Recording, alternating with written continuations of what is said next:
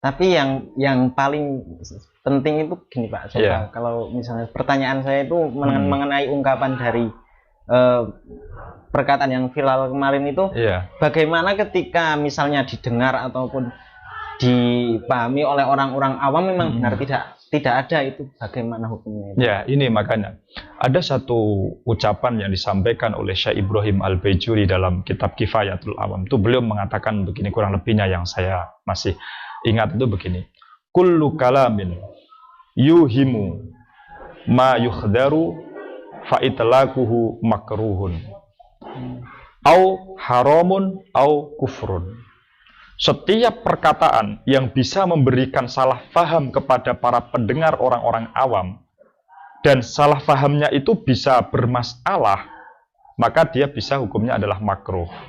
Misalnya beliau mencontohkan itu, apabila ada seseorang mengatakan tirot bikada, hari ini hujan karena musimnya. Nah, hari ini hujan karena musimnya itu seakan-akan meniadakan peran Allah Subhanahu wa taala.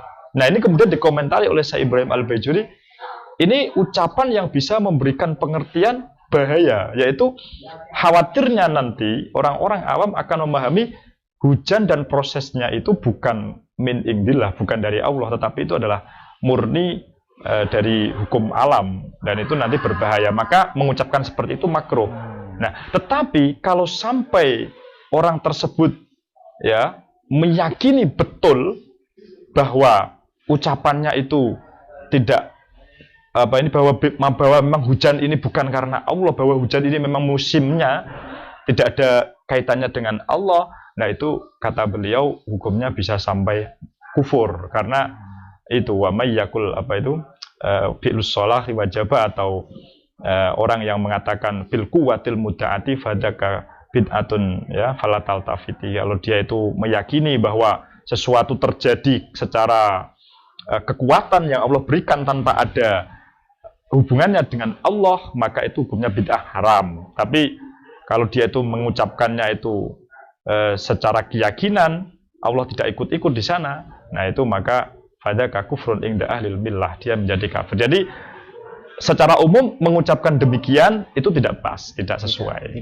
tidak cocok, karena nanti bisa membuat salah paham. Tapi kalau misalnya pengucapannya itu di depan akademisi, para mahasiswa misalnya, atau santri yang murni sebagai perdebatan ilmiah, bahwa ingin mentahkikkan untuk mendetailkan masalah, yes, saya kira nggak masalah, karena apa? Saya contohkan begini, di kitab Hasyiah Ummul Barohin ketika membicarakan tentang apakah Al-Quran itu makhluk atau tidak, itu kemudian ulama mengatakan bahwa orang yang mengatakan Al-Quran itu makhluk fi maqamit ta'lim, di dalam kondisi pendidikan, dan dia mengatakan makhluknya itu maksudnya adalah mushaf yang ditulis pakai tangan, bukan yang sifatun qaimatun bidatihi ta'ala, bukan yang Al-Quran yang di dalam yang dimiliki sifatnya Allah Ta'ala, bukan itu, tapi Al-Quran yang mushaf yang kita tulis, yang kita baca itu, yang kita dengarkan yang pakai huruf,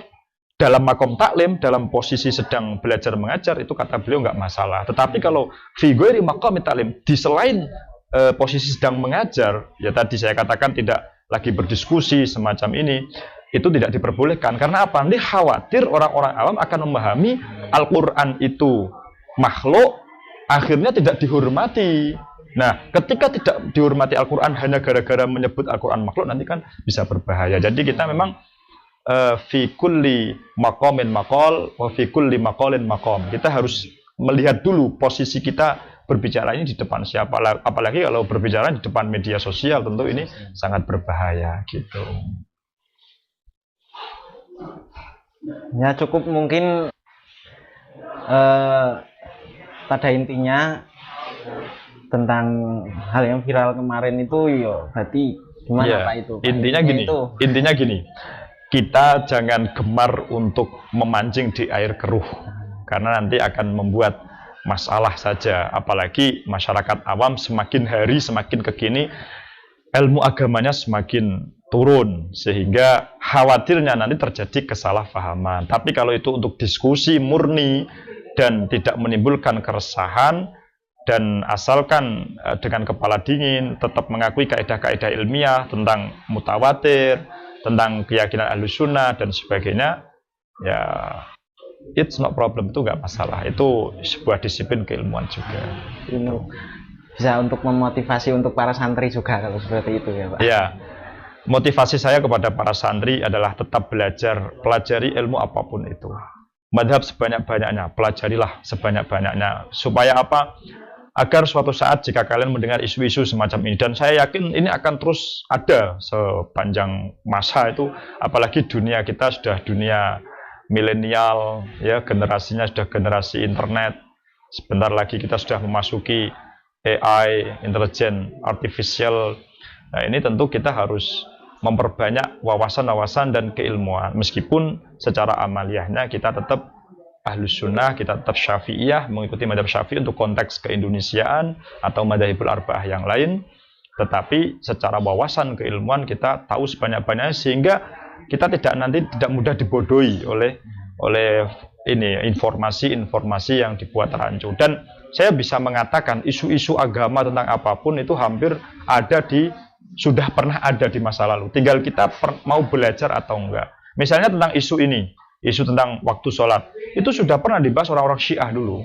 Mereka mengatakan cuma 3, yaitu waktu subuh, waktu duhur, dan waktu maghrib. Adapun asar sama isya itu menurut mereka nggak ada, waktu cuma 3 itu.